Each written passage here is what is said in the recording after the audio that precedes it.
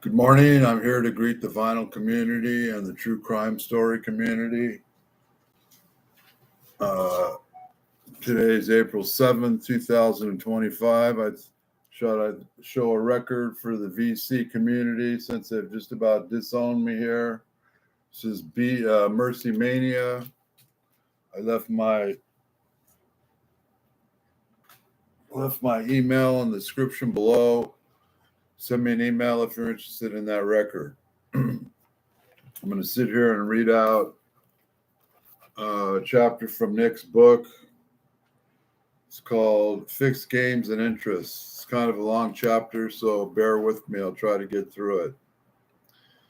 Many of the crimes the Watson murders case generated were committed by the very lawyers the public trusted to administer justice.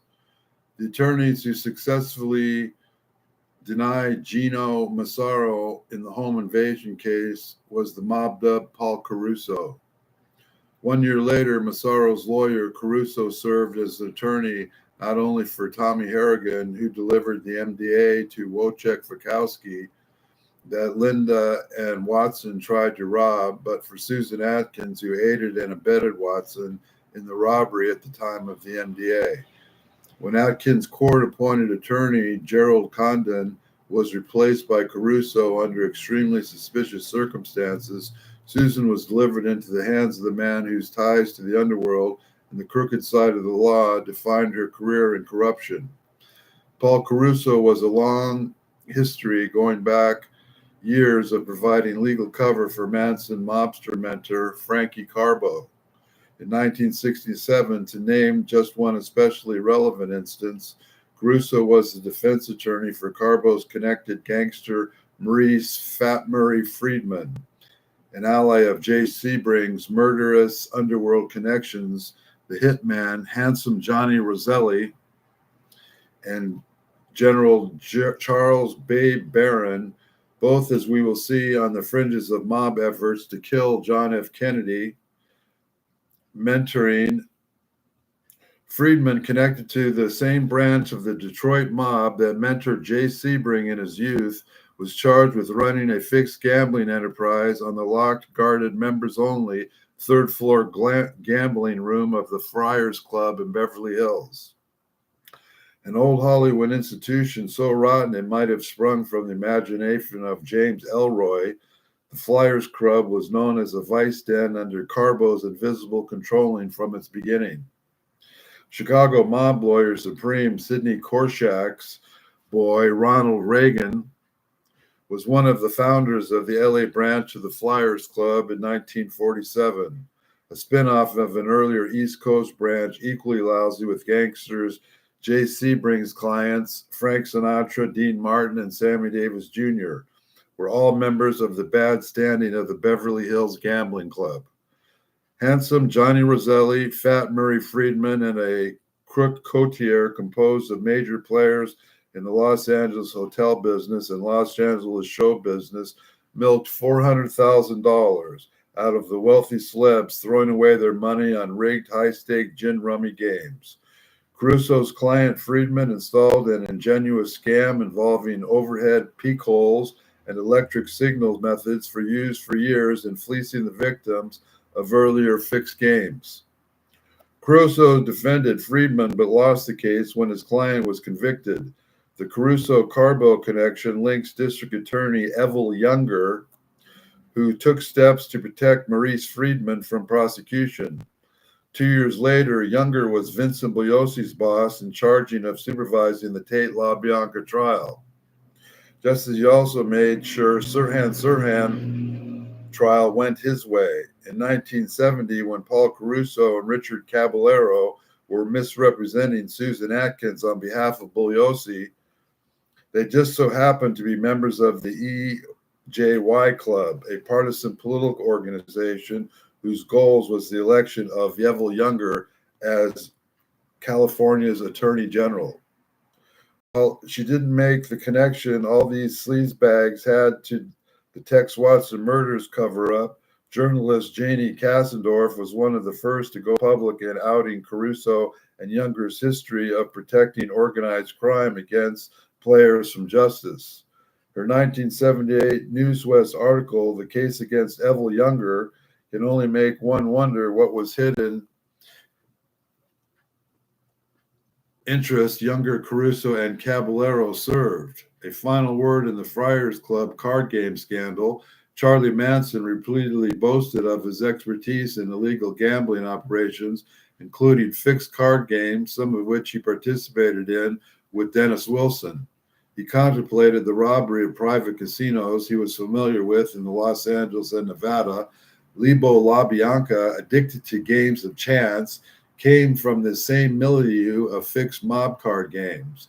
The overemphasis on cult brainwashing, race war, and under spooky distractions misdirect attention from how involved Charlie was in this less sensational branch of criminality.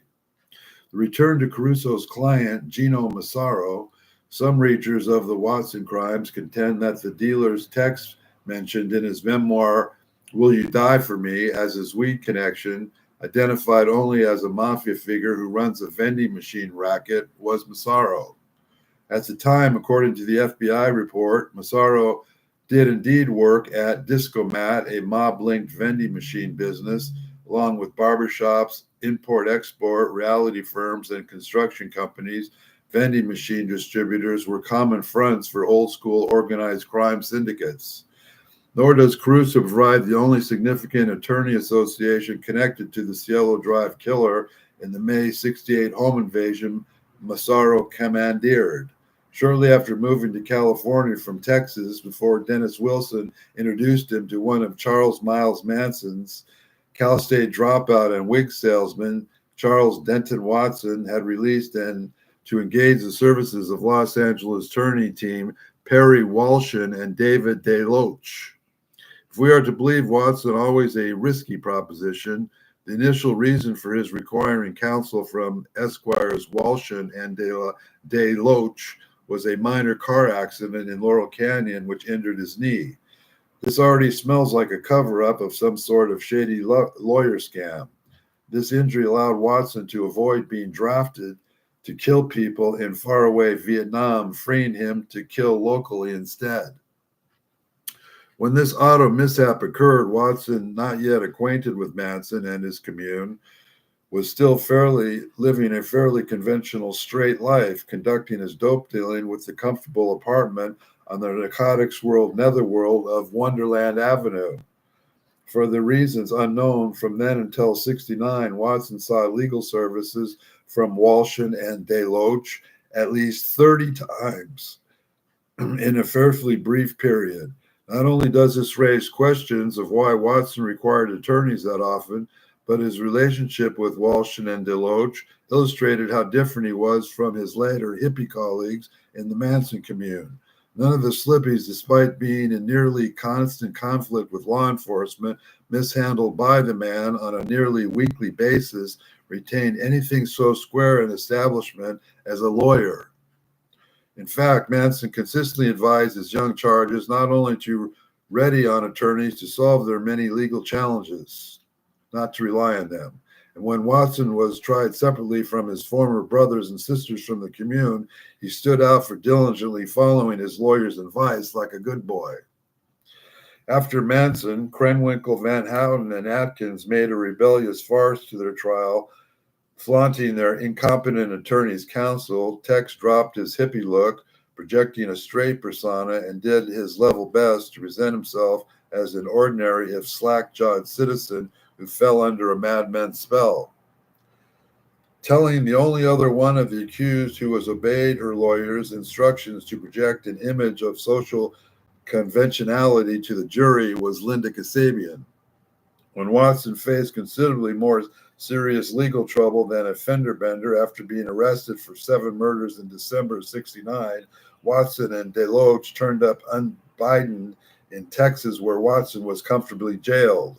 The lawyers held a press conference in the Fairmont Hotel on December 5th in Dallas to announce that the accused man's attorney, they were there to represent him. They claimed that Watson's mother contracted him in her son's request, stating that Watson wished to see his former attorneys, definitely, but Watson flatly refused to see them.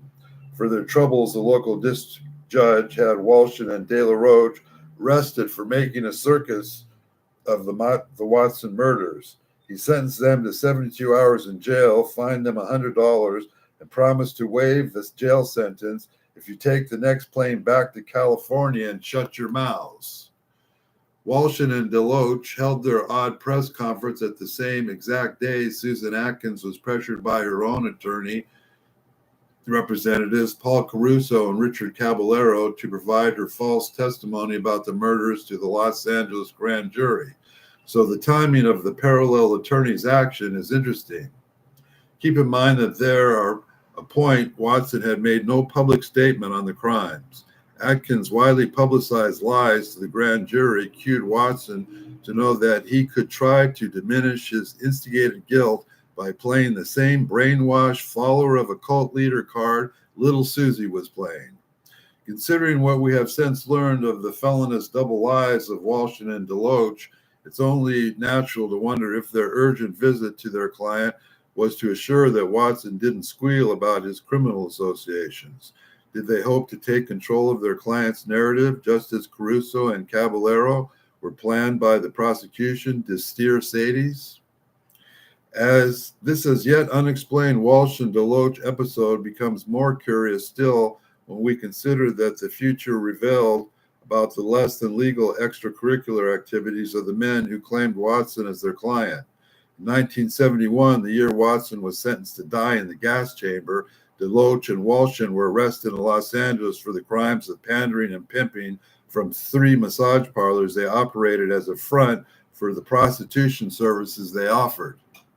De La Roche was convicted and debarred. Walshin was not. On January 16, 1973, Walshin made the news again in the New York Times article entitled, "Lawyer Gets 5 Years in Cocaine Smuggling Plot." And he's revealed to be a very interesting company. There we read, a Los Angeles lawyer convicted of conspiring to smuggle cocaine from Colombia got a 5-year prison sentence in federal district court in Manhattan yesterday. The lawyer, Perry J. Walshin, 34 years old, was told to surrender next Monday. Judge Charles Metzner, who conducted the 3-day trial of Walshin, is scheduled to sentence a co-defendant today, Ivars Apintas, 30, a flyer of Playa del Rey, California, pleaded guilty before the trial. He could get up to 15 years and $15,000 fine for conspiracy. If you're lost track of the thugs in this tale, Apintas was the drug dealer whose apartment Massaro and fellow fake Fuzz invaded in May of '68. Other than Charles Watson himself, high flyer Apintas may well be the only living link between Walshin and Massaro left to tell the tale so long hidden from our view. In 2019, I placed a telephone call to the now elderly Apintas, long since released from prison and apparently gone straight. I hope to arrange an interview with him during my imminent visit to Los Angeles. I was able to ask one question of an instantly angry Apintas before the former cocaine smuggler and killer of Bart Part Pistacelli hung up on me. I asked him what he could recall of his dealings with Gino Massaro, Perry Walshin, and Charles Watson. To say that his reply was brisk and threatening is an understatement. It would assume a veteran criminal used to eluding questions would simply deny ever hearing of the gentleman I named. The animalistic rage I unleashed by evoking these names from decades past speaks volumes. If only there were still operating under the media foster delusion that they already knew everything there is to know about those long ago fatalities, could have heard the defense fury in Ivar Apintas' voice. 50 years after Tate LaBianca terrified Los Angeles, he was not only the aging former drug dealer unwilling to tell the truth about the secret criminal correspondences lurking behind Tex Watson's stabbing spree. Here's a quote from Jesus, the Gnostic of Thomas. For there is nothing hidden that will not be revealed, and there is nothing covered up that will not be uncovered.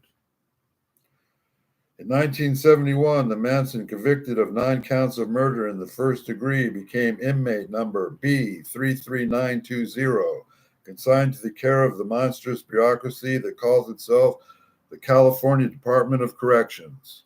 With the possible exception of the slaughter spree carried out by the unknown malefactor known as Jack the Ripper, no series of crimes has been covered in such detail as those of the made the name Manson, a synonym for demented and senseless mass murder. And yet, for all of the oceans of ink spilled to explain the so-called Manson murders, few accounts to date even scratch the surface of what really happened. This lack of information is no accident. When drug dealer Harold True's Waverly Drive roommate Al Swerdloff dreamed up the clever idea of calling Manson's first album Lie, in a play on the infamous Life magazine cover featuring the mugshot of Charlie blazing on acid, he may well have entitled the entire case The Lie. Those convicted of the killings have been lying for 52 years. Most of the surviving friends and families of the victims still repeat the same fictions. The lawyers for both the prosecution and defense help to craft the false narrative it serves all parties' interest to tell. And through mass media, mostly through passive laziness, and in some cases through active complicity, promulgated variations on these prevarications from day one. Where to begin the endless task of peeling away the many strata of subterfuge? We can credit one lawyer of deception and distraction to the host of irresponsibility news hounds publishing absurd, sensationalist, speculative stories about the murders in the first wave of reported from August 9th to early December 69. The lurid false rumors they disseminated linger to this day. Thanks to the enduring scaremongering errata, it's generally forgotten in the curious clouds of amnesia enveloping this case that the police and several responsible journalists knew right away what the killings were about. All too many credulous citizens are still fooled by Vincent Bugliosi's successful monomaniacal effort to convince the public that he single-handedly solved the case. In fact, under pressure from whatever his masters were, all Bugliosi did was undo the solid investigative work the LAPD and a handful of competent reporters accomplished very early on. He deliberately concealed the truth of the Watson-Kasabian crime spree for a long-lasting lie. The chief beneficiaries of the DA's disinformation campaign were the elite echelon of organized crime and their Tinseltown partners in crime. The original leads were followed to their conclusion. The underworld hidden hand in Hollywood would have been brought to light. When the slayings were still unsolved, however, quite a few Los Angeles reporters did an admirable job in informing the public on the central role of Wojciech Fikowski's drug dealing played in the mystery. On August 17, 69, shortly after the killings, UPI filed a nationwide story entitled Tape Massacre Linked to Ring of Narcotic Sellers. The journalist may have got his Slavic spelling wrong, but the truth was there in plain sight.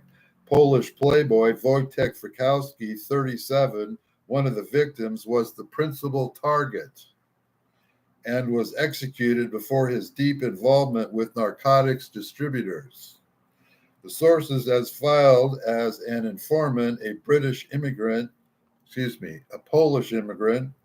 who said he fears for his life. We now know that the informant was arrested. Witold Kazanowski, a.k.a. Witold K. Kazanowski's urgent striving to expose how his friend and roommate Fikowski brought about his own doom, playing an instigating role in the cover-up of the very facts he tried to make known. What Kazanowski desperately sought to reveal, even when he believed he was risking his life, was exactly what Roman Polanski worked hard to conceal. The extent to which Polanski was willing to go to hide how his wife's killing was caused by his friend Fikowski's drug dealing is demonstrated in the interview homicide detective Earl Deemer conducted with the director just after he arrived in Los Angeles from London. In that exchange, Polanski boldly denies having ever met Kazanowski. This, though, had actually been just debriefed by Witold K. about Fikowski's reckless 4 months of amateur drug dealing in his home. The initial homicide report compiled by the police also correctly focused on the glorious, obviously likelihood that the crimes were a routine confrontation between narcotics traffickers. The hours of the killings, homicide detective Sergeant Jess Buckles accurately declared that it was all about the big dope transaction. Buckles, like Kazanowski, got some details wrong, but these two examples are just two of many illustrating that the why was instantly apparent to many. Only the who remained unknown, even if many of the most prominent players in the LA sex, drugs, and rock and roll circus already had every reason to suspect that the wacky Way Out crew at Spawn Ranch were the most likely culprits.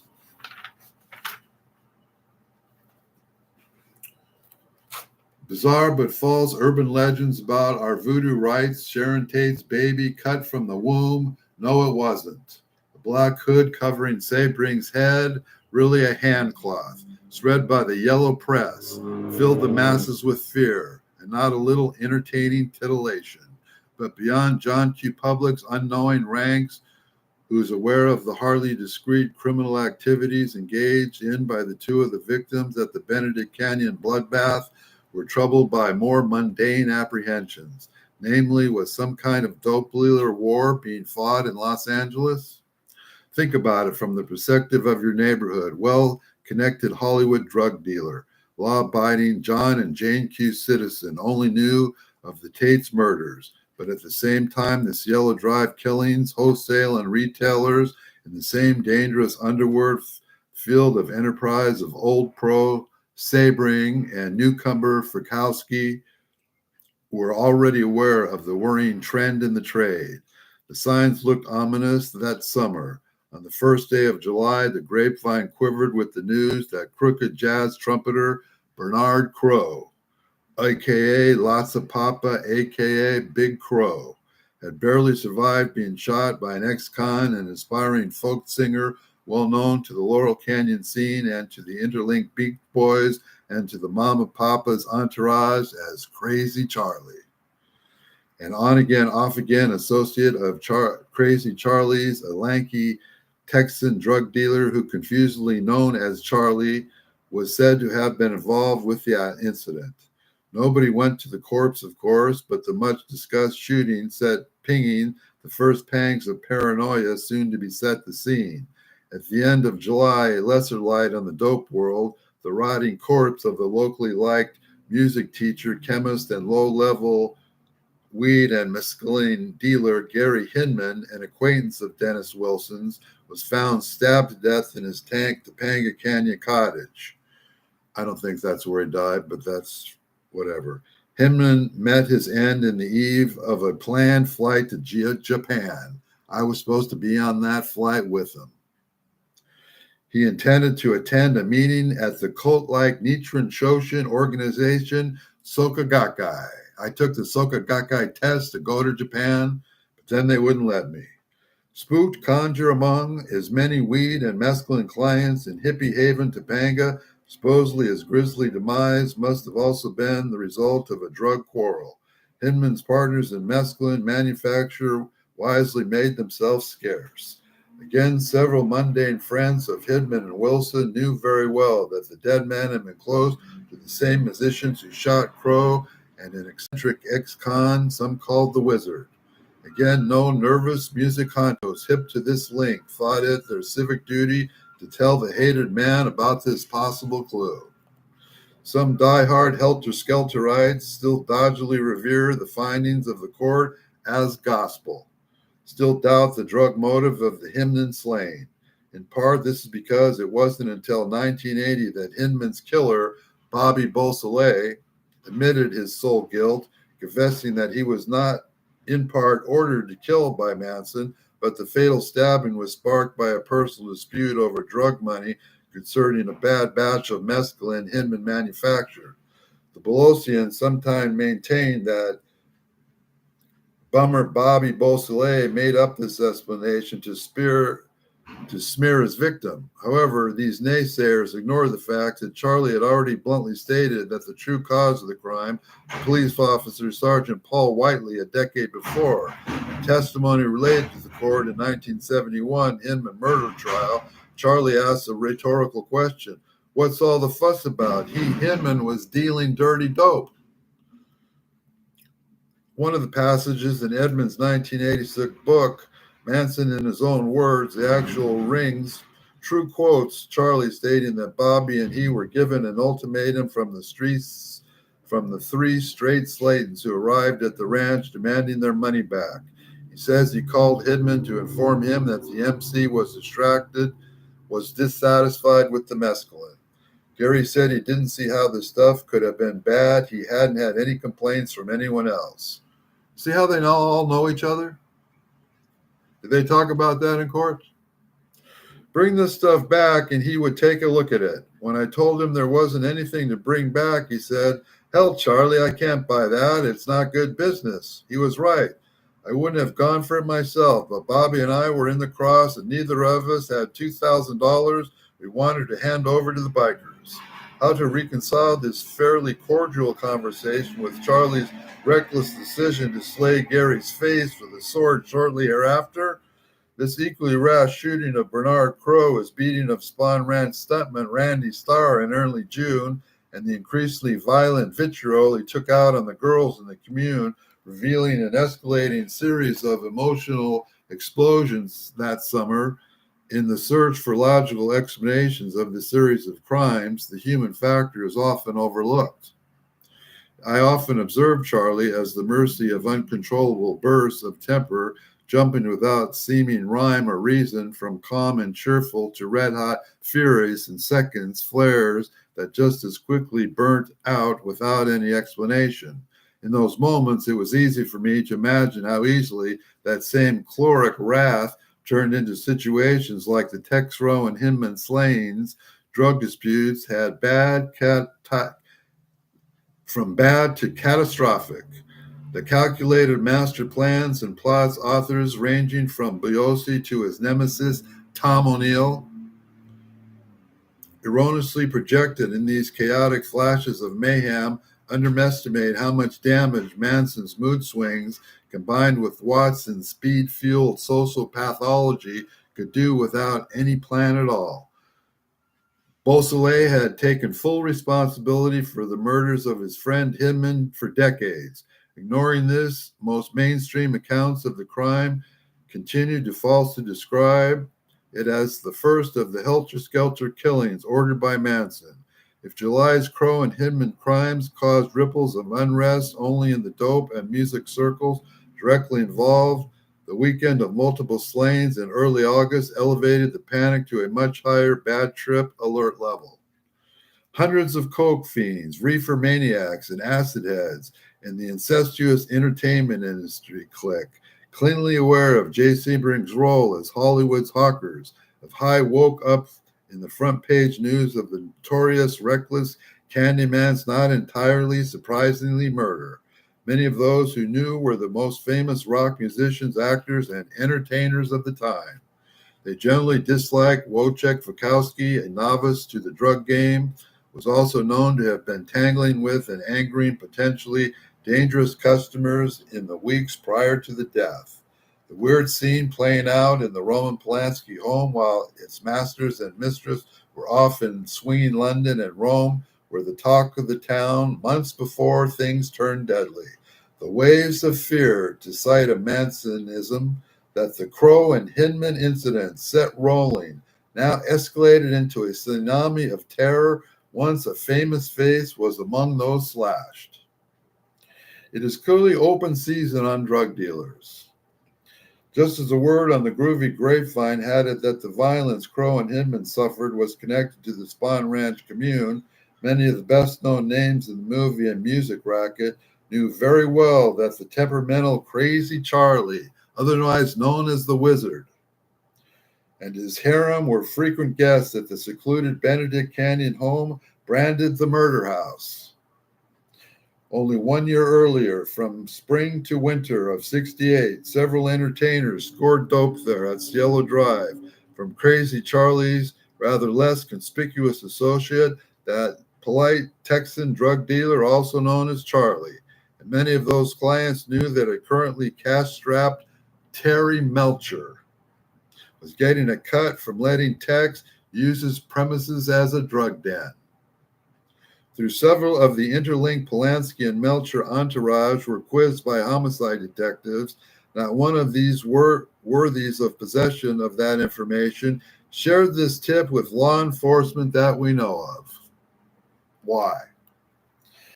Actor Dennis Hopper, the man of the media hour, riding high in every sense of the word on the recent success of the breakthrough counterculture hit movie Easy Rider, was the only one of Sebring's eager customers waiting at the man to drop off the August 8th weekend's party favors to the Daisy nightclub, the Cielo's favorite playground. Too many involved with the preliminary stone scene clustered around the Polanski's party at that swank membership-only Rodeo Drive disco that actor Warren Beatty was the only first to dub the crime the Daisy Murders. In the mid-90s, during the O.J. Simpson trial, Beatty suggested to crime writer and Cielo Drive insider Dominic Dunn, whose own young actress daughter was murdered, that he should write about the slayings of their friend Sharon Tate. The author generously dismissed Barry's idea, saying that Bugliosi had covered the case thoroughly in his amassing book, Helter Skelter. Well, why was Dominic Dunn standing up for Bugliosi? But Dunn knew better than to believe in Bugliosi. A Sebring crony for years, Dunn took his first acid trip with the barber, Sebring, and recalled him a wonderful guy. Beatty, even more of an intimate with Polanski and company, supposedly replied, "Vince knows the bad guys, but you and Lenny, Dunn's wife, knew the movie people. You knew the life they live. You was the crowd from the Daisy that they went in and the how and out of the house on Cielo Drive. The jury should note yet another conspicuous connection here. Dominic Dunn's sister-in-law was the author Joan Didion, who by the same fluke of fate ended up being assigned by Bugliosi to escort Linda Kasabian to buy an appropriately innocent-looking dress for her perjury performance in the court. So why was Joan Didion shopping with Linda Kasabian? I was at the Buddhist meeting. I'm not allowed to talk about it. Didion was for the while touted in the press as Kasabian's biographer, which is to say that she was selected to polish the blatant lies Kasabian recited in court for literary posterity. That book would never materialize because canny Linda learned that due to the civil lawsuit Fratowski's son mounted against Charlie, any money who's involved with the crime earned from their notoriety would be paid to the Fratowski family. When Didion went to start with Kasabian after her acquittal, the good witch, Kasabian, who got away with murder, rebuffed the author, choosing to watch a football game at Yale instead. Linda soon turned to her more familiar profession of dealing speed and other narcotics, taking off where she left at Cielo Drive. Didion famously stated in her essay, The White Album, was that she was not surprised when she heard about the murders of the Polanski house. As with her brother-in-law, Dominic Dunn, I suspect that because she knew very well why so many of those doped-up Daisy dancers were ducking in and out of the house in Cielo Drive. Throughout the gossipy and whippish Dunn's career, because of his innate knowledge of the Tate crowd, he dropped coy hints that he knew Bugliosi was actually less than thorough in his accounts of the crimes.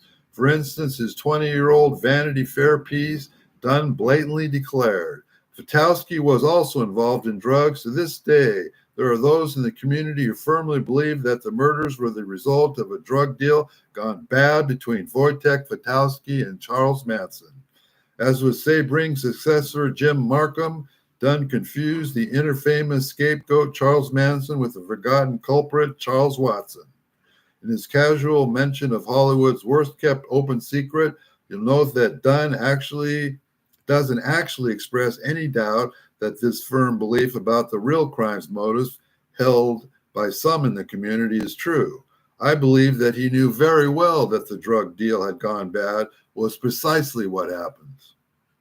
Along the same vague but telling lines, Dunn quotes suave actor George Hamilton saying of the murders, "We used to think drugs aren't bad. Life is great, but all ended that day. Everyone felt personally involved.